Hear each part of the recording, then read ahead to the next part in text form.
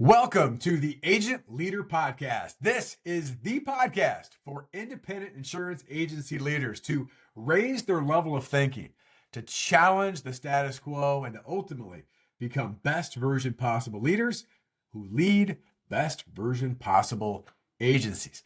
Hi, my name is Brent Kelly. I am your host. And before I get into today's topic, which by the way, a little bit of a cliffhanger here, we're going to talk today about why producers fail. And guess what? It may not be what you think it is. So we're going to talk about why producers fail. Before I get into the topic today, the very relevant and important topic, I mentioned best version possible leaders leading best version possible agencies. Well, guess what? Here's a shameless plug. I'm holding up my book right now, Best Version Possible. This is co-authored by Roger Sitkins. The subtitle is The Blueprint for Achieving Even Greater Profit and Impact in Your Agency with Less Effort. You can find it on Amazon. You can find it on Audible. Best yet, you can go to sitkins.com/BVP, get a copy of your book. 40 years of practical wisdom. There's no fluff in that book, all for about $10. Pretty good deal, right? So go check it out. Again, you can look up Best Version Possible and take a look at the book. We've got some great feedback on that. Now, I mentioned today I'll be leading a solo podcast on why producers fail. Also, just so you know, as we move forward in this podcast, I have some incredible interviews coming up. I'm excited to talk to agency leaders, other influencers that I know will be very relevant to you, the agency leader, to help you, again, raise the game, raise the bar of your agency. And as I mentioned today, the topic is this: why do producers fail? And here's the little hidden secret I want to get into. Why producers fail, and it's not talent. Not talent. What do you mean, Brent? Well, we're going to talk about what that means specifically today. But the question that most agency leaders have asked at some point, whether it's a handful of producers, maybe it's a couple producers, maybe it's one producer, but it's this: why aren't my producers producing? It's a fair question. And in many agencies, the assumption typically is that the producer lacks discipline, lacks talent, or lacks motivation. And by the way, that certainly can be true. But I will tell you, after working with hundreds of agencies, thousands of producers in our different programs, I've come to a different conclusion. Now, by the way, it doesn't mean that it isn't one of those things that I mentioned. It can be part of it. But I think that most producers don't fail primarily because of talent. They fail because the system around them makes success difficult or more challenging. If we want producers to become best version possible producers, we have to, as leaders, create an environment that makes that actually possible. Now, I'm probably going to say this 3, 4, 5, 6 times.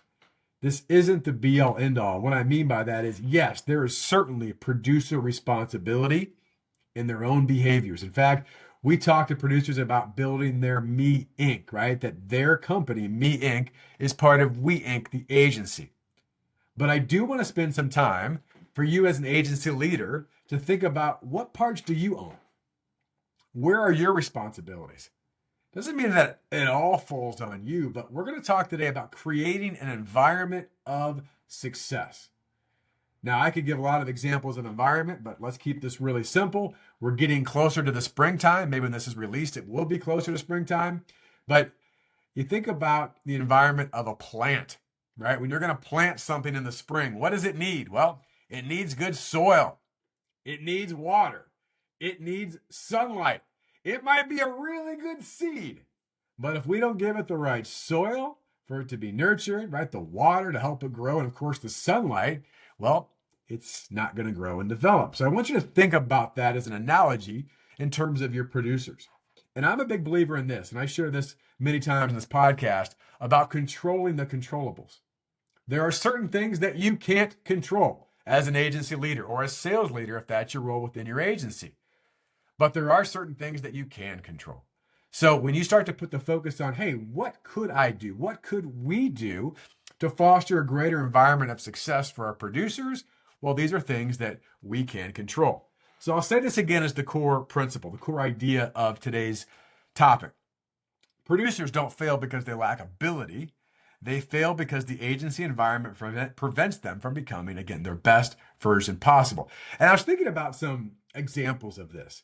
And I love my sports analogies. I say it all the time, but I can think of so many situations where a player, maybe they got traded or signed with a new team, and suddenly their performance changed.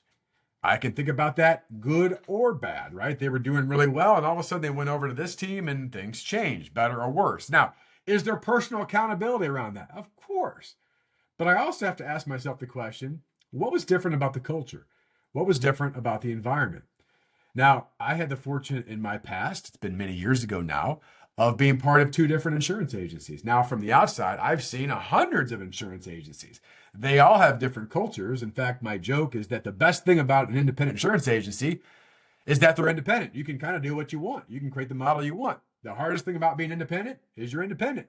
You can do what you want. You can create the model you want. So there are a lot of different examples and ideas. I can tell you personally, of the two agencies that I work for, they were vastly different in environment and culture. And I'm not even here to say, this was great and this was bad, although I probably could say a few things. It's just that I can tell you I was the same person. Yes, I was growing. Yes, I was developing. Yes, I was learning new skills. Yes, I was at different ages. All that is true. But just the culture, the environment made a substantial difference in how I was going to grow. So again, let's put the ownership for a minute here, or 2 or 10, however long I go here, back to you as the agency leader. What are the things that you can control? What does it look like? So I'm going to talk about 5 specific areas. So 5 specific areas that we see where agencies can help improve the environment, the cultures, the systems to help foster the best environment of growth for your producers. And here's one thing I do know. It's really hard for an agency to grow if their producers aren't producing. See, aren't you glad you came to the Agent Leader Podcast to hear wisdom? Just like that. So let me go through the 5. We'll start with number 1. And this one's going to cover a lot of bases. And certainly these 5 areas are going to overlap in different areas, which is fine. But number 1 is this: lack of, and I'm going to use air quotes here, real training and development. In fact, maybe I would change the word to this: lack of intentional training and development. I've said on this podcast many times, I say in our programs, especially our leadership programs, many times, that the number 1 role and responsibility of an insurance agency leader, and you probably have many roles, but the number 1 is to grow and develop your number 1 asset, which is your people. So I think about producers, the same holds true, right? Oftentimes, producers will get hired or brought into an agency. And again, there's a whole different discussion of our hiring process. That's not the purpose of this podcast. But we've now made the decision to bring a producer in. And I often ask an insurance agency leader, what is your growth and development plan for this said person? What do you mean?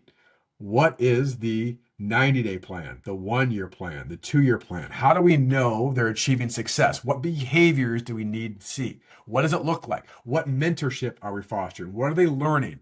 Right now, I will tell you, some of the great agencies, yes, they've got some ideas and there's different things they do, which is awesome. But for the most part, most agencies go, well, that's a good question. I'm not quite sure. Now, maybe they get hooked up with the right person and helps them foster growth, right? That might happen, but maybe they don't. So to me, one of the things that I think about besides behaviors is skill development. What skills are we consistently fostering in our training and development program? Whether it's how we ask better questions, how we position, how we present value, right? All these things are critically important. Are we getting feedback? Are we practicing? What is the practice schedule? Right now, I know I go on my soapbox on this conversation, but just to think about that for a second, that we oftentimes bring in producers. Now, maybe they're experienced from another agency, maybe they're brand new, maybe they know insurance, maybe they don't, right? So there's a lot of different variables. I get that. But we're not actually having these producers practice certain skills in front of us or with peers or getting videoed so that we can help monitor. And more importantly than monitor is to up-level, improve, coach, develop. Right? That's where success comes from. You don't get better by talking about stuff. It's part of it. You get better by doing the stuff. So getting our producers to actively engage, whether they're out having appointments or not, what are the things that we need to practice and do? And here's my key takeaway on this is that many agencies expect professional sales results without professional sales training. It's just the bottom line. So I'm going to ask you on this, what is your training and development program or system or process for your number one asset, your people, in this case, for your producers? All right. So that's number one. Number two, what else do we see? It's some form of a lack of a selling system or a sales process. What we talk about is the selling system or process, is it named? Like, does it stand for something? Is it repeatable? Meaning that, yes, there's flexibility within that, different producers, different niches, different ways, fine. But it's repeatable, that there's a model we can coach and train around. Is it effective? Often what we find in working with agencies initially is that they go, yeah, we've got a sales process. We just have about 20 of them. Depends on who you're talking to. Right? That's really hard to repeat that, replicate that.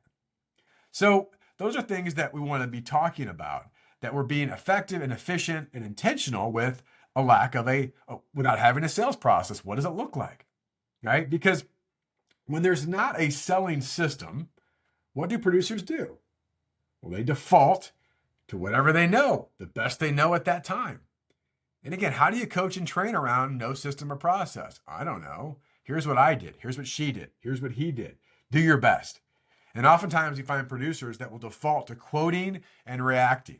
Or as we say, quoting and floating, versus starting to understand we've got to lead and advise through a process or a system. And unfortunately, what happens oftentimes is this, a few things. Number one is we get started and maybe we get some quick wins because we're just being aggressive and we're out there, which is great, but it's really hard to sustain. It's really hard to replicate. It's really hard to grow from. And we're all things to all people, and there's no defined system or process that we can grow on. So continue to keep that in mind. Number two, again, lack of a selling system. I would ask you as an agency leader, what is your current selling system or process? What does it look like? How do you react to that? Which leads me to number three. And this is something we definitely have talked about on this podcast, but I want to go back. Why do producers fail? And it's probably not what? It's probably not their talent. Number three is lack of productivity.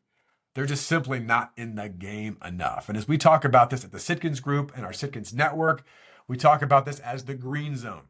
There are 4 things that a producer should be doing 80% of the time in the green zone. They should be having sales conversations. They should be building, developing relationships with key people. That includes future ideal clients, centers of influence, and of course, clients. They should be leading continuations in a continuation process. And if you're not sure what that means, that's our version of a proactive, intentional renewal. Not reactive, proactive. And then number 4 is pipeline development. Those 4 things are what producers should be doing 80% of the week. If they're not doing one of those 4 things, what are they doing? Probably service stuff, probably reactive stuff, probably things that they're not best suited for. Certainly things that aren't generating revenue, right? So producers find themselves spending time on service work, internal meetings, administrative tasks, problem solving. And then we often find that service becomes not just what we're trapped behind as a producer, but we also can hide behind it because it's accepted. It's okay. We haven't really thought about it. Yeah, well, all producers do service. Do they? Because I will tell you, in working with agencies, the highest performing agencies, the highest performing producers, the highest performing service professionals that work with producers are very clear on their roles and their goals and what it looks like. And again, this is a culture. What is the expectation? What is the model? On a mirror next to me, I'm not going to grab it, but I have a mirror in my office right here as I'm recording this podcast. One of our long-term private clients, I love what they put. They put this mirror in every office, and at the very top, it said, "Is this your best version possible?" Great reminder, right? A personal reminder. So great culture hit. The bottom of the mirror says, "Producers, if it is Tuesday, Wednesday, or Thursday between 9 a.m. and 3 p.m., you should not be reading this mirror." Now, that was started by conversations. Of course, we led that in talking about best version possible and the producer schedule and what it looks like and lack of interruptions and all that kind of stuff. But that became a dynamic of this is who we are. This is our culture. This is our standard. If we're going to foster an environment to help producers succeed and not fail, we've got to get them in the game as much as possible. And also, as much as I've already talked about lack of training and development, and again, that needs to be done through low risk practice, right? In the office, we're doing role plays, we're submitting videos, we're working on a craft. Being in the game more also allows you to practice more. Now, we still want you to practice before you get in the game, but now you get to practice more in the game. What do you think is going to foster more growth and development? Sitting in your office, reacting to emails, or having more and more conversations, getting out in the market, getting out in the world, having these, again, these difficult or challenging or certainly important conversations with people that allow you to grow. Also, get you a little bit uncomfortable, which is also a great catalyst for growth. All right, number 4. This coincides with the last one, but I want to spend some more time on it. Number 4 that we see why producers fail, and it's typically not talent, is because there's a lack of alignment in the agency. Now, I just talked about producers taking service people's jobs, but what happens internally in many agencies and with producers is that we are extremely reactive, not just with our clients, but reactive in our communication with our internal team. And when producers and service teams are not aligned, producers get pulled back into those operational issues, those service issues. So one of the things that we believe in and establish in working with agencies is there should be a proactive, intentional weekly meeting. We talk about some of the key areas, key items of focus, so that from that moment on, we can get to do the things we need to do versus interrupting each other on the things that maybe we should have already talked about. So without alignment, producers get dragged out of the green zone and they get back into this red zone, which is a big, hairy mess. And here's a bigger point than all of this. Yes, there's productivity. Yes, there's results. And that's what it's really about at the end of the day. But there's a culture piece of this as well. Right? There's a culture piece to this. Again, not only safety and being comfortable, but the fact is that oftentimes producers are devaluing the service team's role and what they do. And I can tell you, and there's probably a few exceptions to this, but in most cases, when we talk to service teams and we say, do you like it when the producers come in and do your job, right? Or when producers come in and take things from you, or do you like it when producers come in and get involved in service? Their answer is usually, no, not really. So this isn't just a producer issue. This is also an issue with what we see internally as a culture. And this comes back to you as an agency leader, get to set the tone, the standard, the environment, the culture of your agency. All right, number 5, last one. So we've talked about these first 4. Why do producers fail, not talent? Well, because oftentimes they are working with the wrong clients. They're working with the wrong clients. Now, I am not going to sit here and do 10 minutes on the power of 80-20, although I love to because it is so well known and so poorly executed in so many agencies that we initially talked to that it is a difference maker. So why do so many producers get caught in traps? Why do so many producers get frustrated? Why do so many producers get burnt out? Why do so many producers feel like they're not really very valuable and they're a commodity and transaction? Well, in many cases, it's because they're working with the wrong clients. Now, the best agencies begin to set standards that we have targets, we have future ideal clients only. And we begin to define that based on prior history and where we're going. There's a lot there I could unpack. Bottom line is, do you know who a future ideal client is? Demographically. Do you know that? I don't know. Psychologically, do you know that? Right? I don't know. Like, what do they think? What do they want? Right? These things are all important as we're defining future ideal clients. Do they have standards on minimum? Because if you can write any and every account and there's no reason not to, hey, every account's a good account, do what you got to do, right? That fosters the idea of, A, we're not that valuable, and B, our time isn't that important. And C, here's the biggest part. You will run out of the one thing you can't get back, which is time. And one of the reasons we see producers plateau way too early, you can do this for a while. You could be a newer producer coming to agency, and you could be a busy little bee, and you could be quoting, floating everywhere you go, and you can be writing accounts. And whether you keep them or not, I'm just writing accounts. I'm just moving. I'm shaking. I'm planning the traffic. I'm getting my feet wet. I'm doing things I got to do. And all of a sudden, boom, 3 years later, you're like, whoo, I am out of time. I am stuck. I'm too busy. Versus saying, let's look at the book. on an ongoing basis and identify who's the best fit client moving forward. What fits the profile I'm looking for? Do I have a minimum standard based on some of the metrics? And are there some accounts at some point, if not now, that I may need to trade down to someone else, to a different department of the agency, maybe outsource different stuff so I continue to grow up, right? You gotta give up to go up in many cases. And what happens with agencies that struggle with producers? Why are my producers not working? Why are they failing? Well, again, maybe it's not talent, maybe it's capacity. Why is this producer not growing? Maybe they're just running out of capacity. Again, it could be a number of those things. It could be the green zone, red zone. It could be they have way too many clients that pay them way too little money. Now, if you're working with a service team or service partner, maybe they get out of capacity, which also hinders the producer in different ways because now they are getting involved more in service.